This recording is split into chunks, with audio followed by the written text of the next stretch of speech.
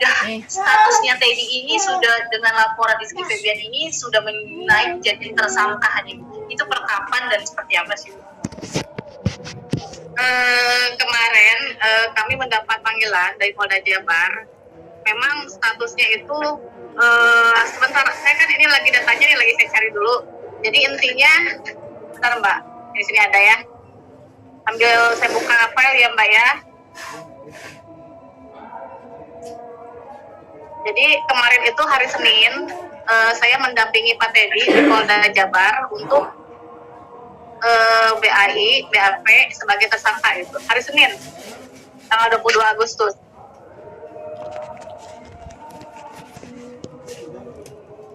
Itu berjalan, maksudnya kan Pak Teddy-nya sendiri kan panggilannya udah berjalan berapa lama sih Bu di dalam sendiri? Kalau prosesnya itu kan setahu saya itu kan laporan terjadi di bulan Maret 2021 ya, dari bulan Maret. Nah ini naik sidik itu sekitar bulan Juni 2021 naik sidik ya. Nah ini baru ada penetapan tersangka itu di bulan sekarang, di bulan Agustus 2022 gitu.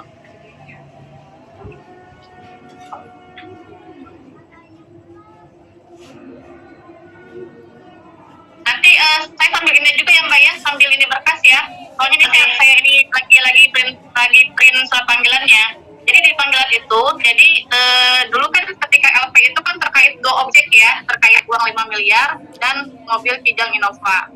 Akan tetapi di surat panggilan kemarin itu, Teddy naik sebagai tersangka hanya terkait mobil Kijang Innova senilai 120 juta.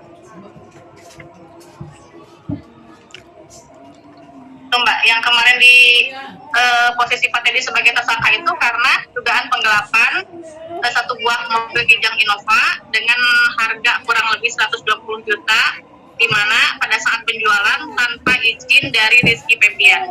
Itu Mbak. Kak, maaf, ini terkait dengan aset penggelapan 12 aset bukan Kak? Jadi kemarin itu memang kalau LP-nya itu memang ada dugaan penggelapan aset dan uang 5 miliar, akan tetapi kemarin itu panggilan hanya untuk mobil Kijang Innova karena infonya memang 5 miliar itu tidak ada buktinya. Mbak Ferdi dari KH Infotainment Mbak, untuk memperjelas aja, berarti status Teddy yang tersangka ini terkait Kijang Innova ya, bukan 12 aset ataupun soal kos-kosan. Hanya satu buah Kijang Innova ya. Oke, waktu kemarin pemeriksaan sebagai tersangka, apakah Teddy hadir dan ada beberapa pertanyaan Mbak di sana Mbak? Kemarin panggilan hari Senin ya, tanggal 22 Agustus, Pak Teddy hadir kooperatif, kurang lebih pertanyaan sebanyak 15 pertanyaan.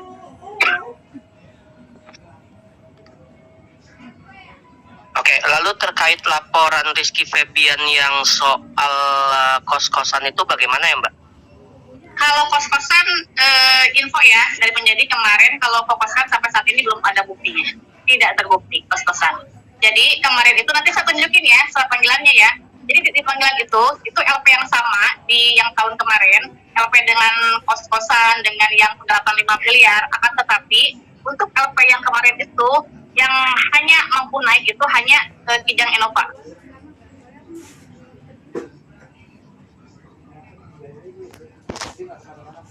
Oke, berarti terkait yang lain tidak ada Mbak ya, hanya itu aja Mbak ya? Tidak ada.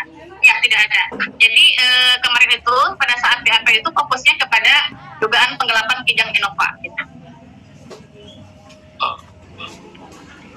Artinya yang 5 miliar itu nggak ada buktinya Mbak atau seperti apa? Tidak ada. Ya, tidak ada buktinya. 5 miliar kos-kosan tidak ada buktinya. Jadi yang naik itu hanya mobil Kijang Innova. Itu pun kami ya masih meragukan terkait bukti permulaan yang cukup. Karena apa? Karena Kijang Innova itu pengetahuan Pak Teddy dulu itu atas nama almarhum. Jadi ketika almarhum meninggal, Pak Teddy berani menjual untuk apa? Itu pun untuk membayar utang almarhum.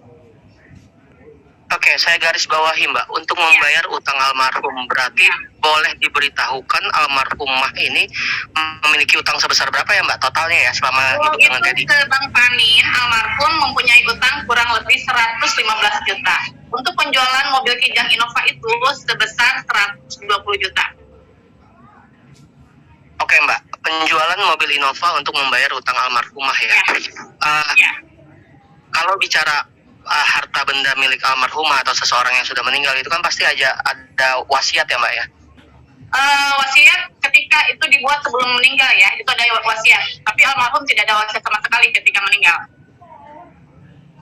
Berarti tidak ada wasiat, termasuk wasiat untuk menjual mobil tersebut?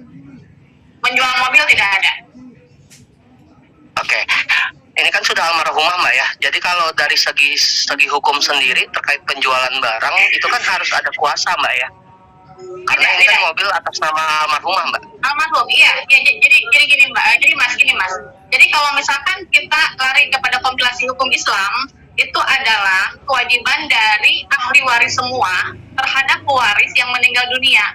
Jadi apa itu kewajibannya? Sebelum ada pembagian warisan, kewajiban dari ahli waris yang lain satu, melakukan penguburan, melakukan kalau misalkan biasa budaya lah tahlilan gitu kan. Nah, yang ketiga itu nanti itu utang-utang dari almarhum itu harus segera dilunasi gitu kan. Nah, keempat, ketika ada sisanya itulah yang menjadi warisan gitu kan. Nah, di sini Pak Teddy berdasarkan informasinya kepada kami selaku kuasa hukum, jadi peninggalan almarhum itu beliau jual untuk membayar utang gitu. Oke, berarti almarhumah Lina ini menyebut sebagai Teddy sebagai ahli waris, bisa disebutkan seperti itu Mbak? Ya, mau nggak mau Pak Teddy itu posisi Pak Teddy itu sebagai ahli waris itu kita tidak bisa istilahnya menentang ya, itu adalah undang-undang yang menyebutnya. Jadi ketika seorang pewaris, apalagi itu istri atau suami meninggal dunia, maka mereka itu meninggalkan ahli waris, yaitu suami atau istri yang hidup lebih terlama, anak-anak dan orang tua gitu kan. Itu termasuk dari ahli waris golongan pertama. Itu berdasarkan kompilasi hukum Islam dan undang-undang perkawinan gitu.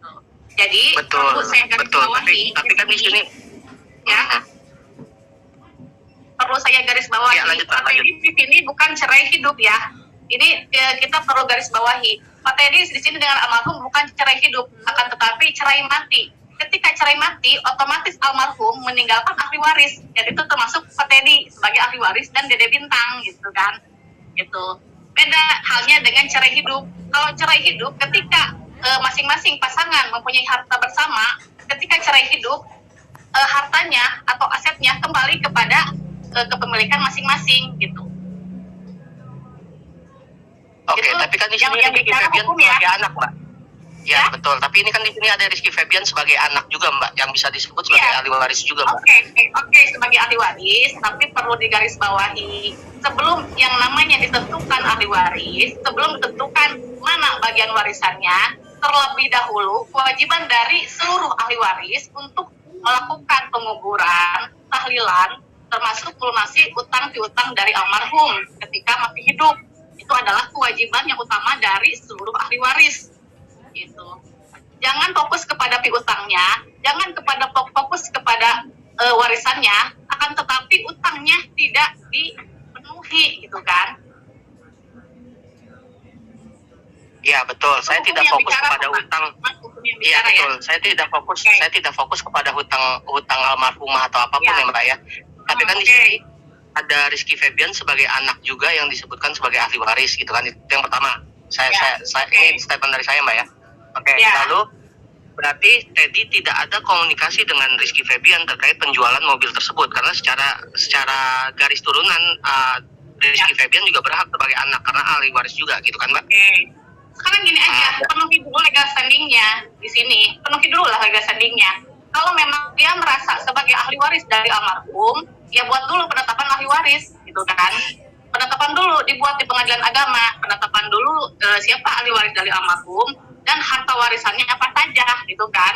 Jangan istilahnya tiba-tiba langsung melaporkan penggelapan, itu kan legal standingnya juga belum jelas, gitu kan? Harusnya sebelum mengajukan LP atau gugatan dibuat dulu lah penetapan ahli warisnya gitu. Sampai sekarang belum ada penetapan ahli waris. dari Pengadilan Agama. Tapi sudah ada pengajuan penetapan ahli waris, Mbak? Baik dari Teddy Tidak ataupun ada. dari pihak Setahu saya tidak ada. Karena kalaupun ada, otomatis Teddy sama Dede Bintang pasti diposisikan sebagai tergugat atau pihak ya.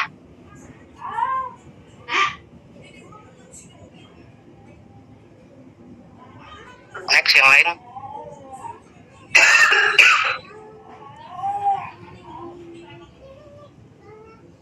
Bu Ati, terus Teddy seperti apa mungkin Ya. dijadikan sebagai tersangka? Reaksinya seperti apa mungkin Teddy? Kalau reaksi dari Pak Teddy sendiri sama kemarin sempat kaget ya, gitu kan.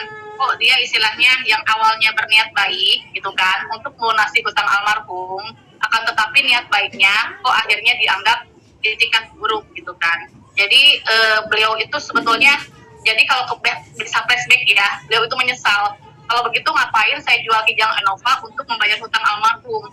Kalau memang menjadi bumerang bagi beliau sendiri gitu kan. Kalau memang waktu bisa diputar, ya beliau tidak akan menjual Kijang Innova. Lebih baik tidak menebus hutang almarhum gitu aja. Ada penyesalan dari beliau, dari Pak Teddy sendiri. Bu, sebenarnya Teddy Pardiana sendiri pernah bertemu ataupun berkomunikasi dengan pihak Rizky Febian, Bu? Waktu itu saya dampingi 2 kali ya, di bulan Desember dan bulan Januari. Kita dampingi di Januari sebelum ada laporan polisi kepada Teddy Pardiana. Dan hasilnya?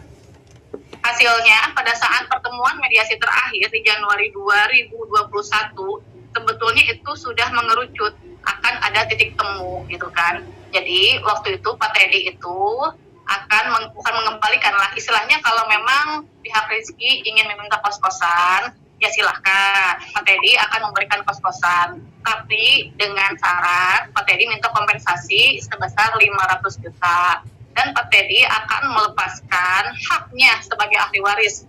Meskipun kita tidak tahu berapa besar atau jumlah yang akan dia terima sebagai ahli waris, tapi intinya Pak Teddy akan melepaskan haknya sebagai ahli waris pada saat pertemuan itu tanggal Januari 2021. Bahkan kami pada saat itu membuat notulen kesepakatan dengan pihak dari Rizky Febian.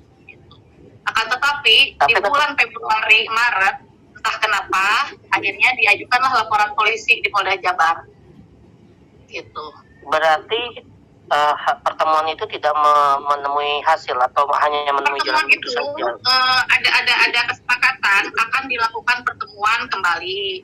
Satu, jadi dari pihak Rizky Febian akan memberi 500 juta kepada Teddy Pardiana dengan syarat satu, aset kosan dikembalikanlah, aset kosan dikasih ke Rizky Febian. Kedua, penjualan Villa Bandung Indah, minta rinciannya. Ketiga, batu biok dikasih kepada Rizky Febian. Itu pertemuan terakhir itu seperti itu. Nah, ketika kami akan melakukan pertemuan kembali, tiba-tiba pihak Rizky Febian meminta 15 aset yang diduga dikuasai oleh Teddy yang sekarang menjadi sebuah laporan pidana. Nah, Teddy sendiri kan sempat bingung apa yang dia gelapkan, apa aja aset yang dia pegang. Kan sampai saat ini dia tak pegang sama sekali aset almarhum. Bahkan aset warisan pun sudah dikembalikan kepada Putri Delina, gitu kan. Jadi Teddy itu sampai sekarang masih kebingungan. Dasarnya apa dari Rizky Febian melaporkan tindak pidana penggelapan aset sebanyak 5 miliar rupiah, gitu kan.